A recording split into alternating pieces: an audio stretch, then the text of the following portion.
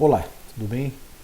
Nos últimos encontros eu falei sobre o início da pessoa natural, as teorias, os princípios, a divisão do Código Civil, posteriormente sobre a morte, o fim da pessoa natural e depois sobre as incapacidades, os absolutamente e os relativamente incapazes.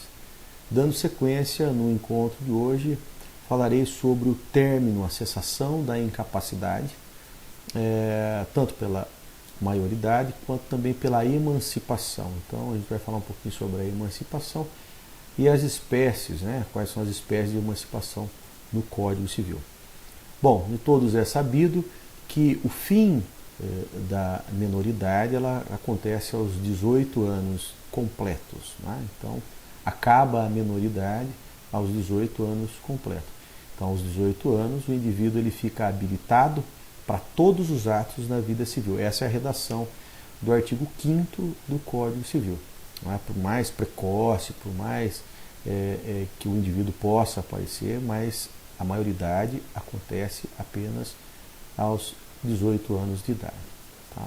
Então, no primeiro dia, no primeiro momento, do primeiro dia em que se completa os 18 anos, é que eu tenho aí a maioridade.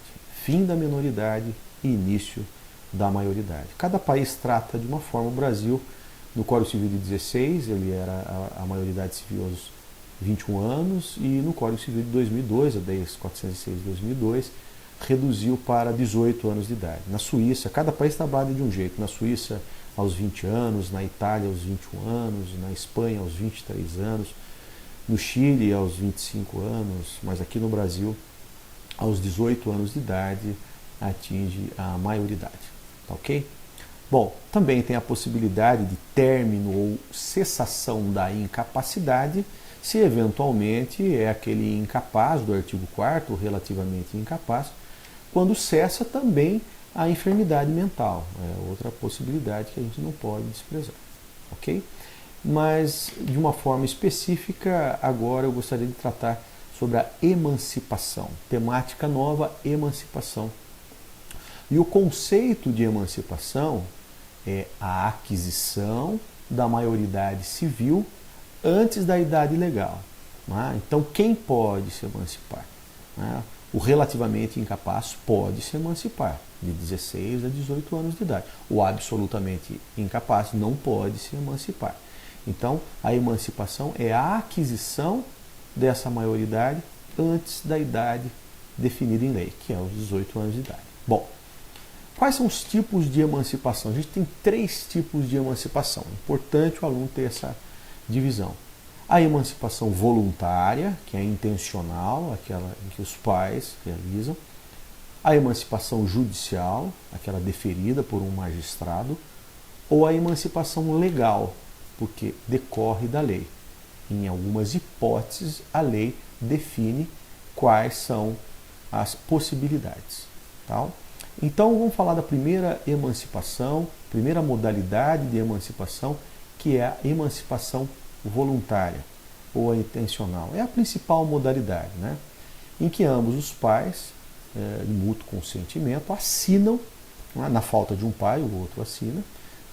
Então, decorre aí de um ato específico da vontade, esse consentimento expresso, que nós chamamos de emancipação voluntária. Então, é essa autorização de quem detém o poder familiar. Tá ok? Tem uma formalidade, uma exigência que a lei exige, que é por ato público, depois eu comento aqui, é por instrumento público e é irrevogável. Uma vez emancipado, emancipado está.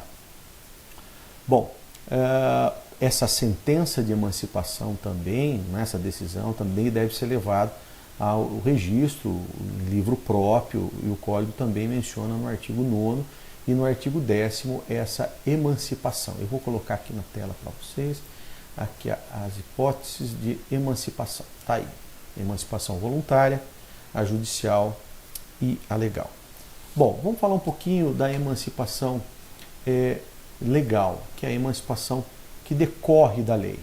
Bom, o Código ele menciona que o casamento o exercício em emprego público efetivo, a colação de grau em ensino superior e o estabelecimento civil ou comercial são hipóteses de emancipação legal. Tá ok?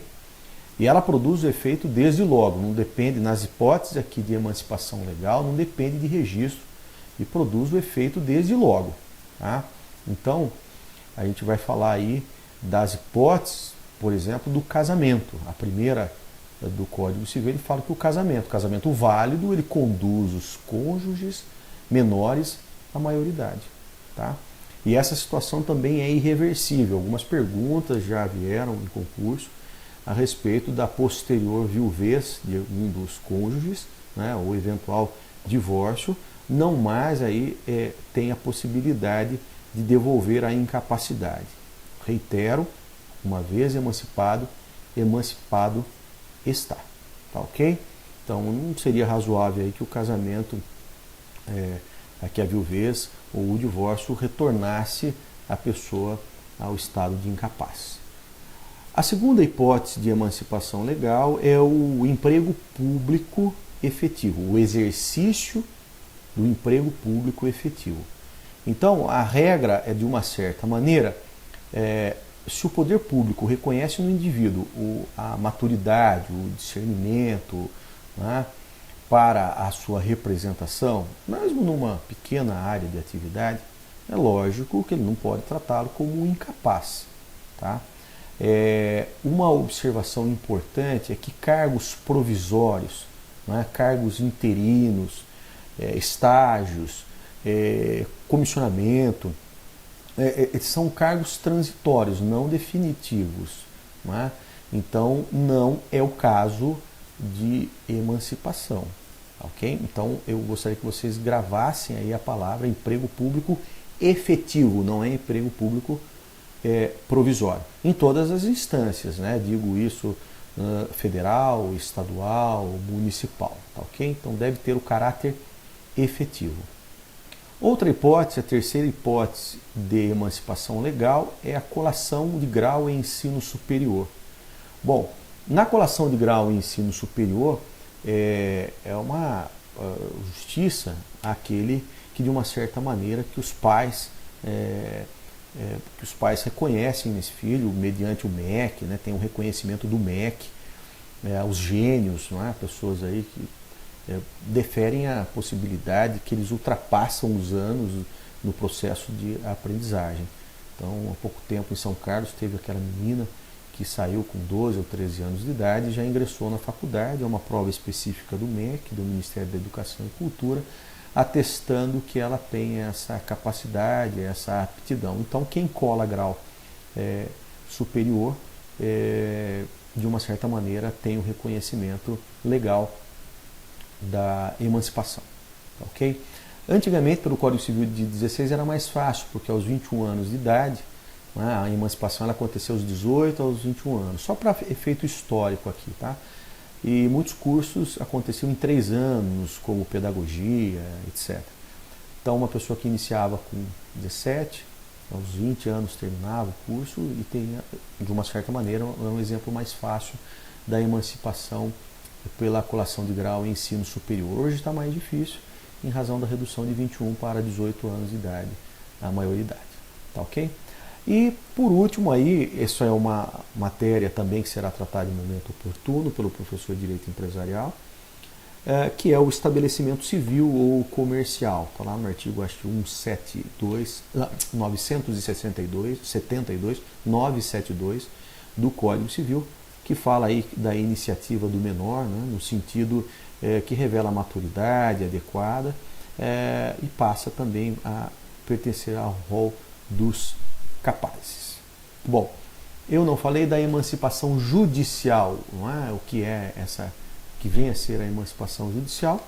É lógico, toda vez que há um conflito entre os genitores, toda vez que há um conflito entre os pais, não há outro caminho senão a definição judicial. Então, o magistrado é que dará a resposta se é caso de emancipação ou não.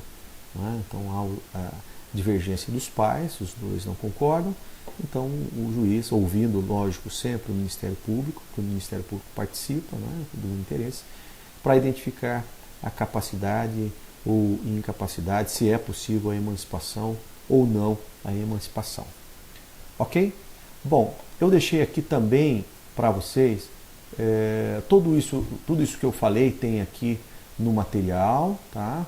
A necessidade de escritura, a emancipação pelo casamento, pelo exercício de emprego público efetivo, pela colação em grau em ensino superior, pelo estabelecimento civil, tudo isso está no material.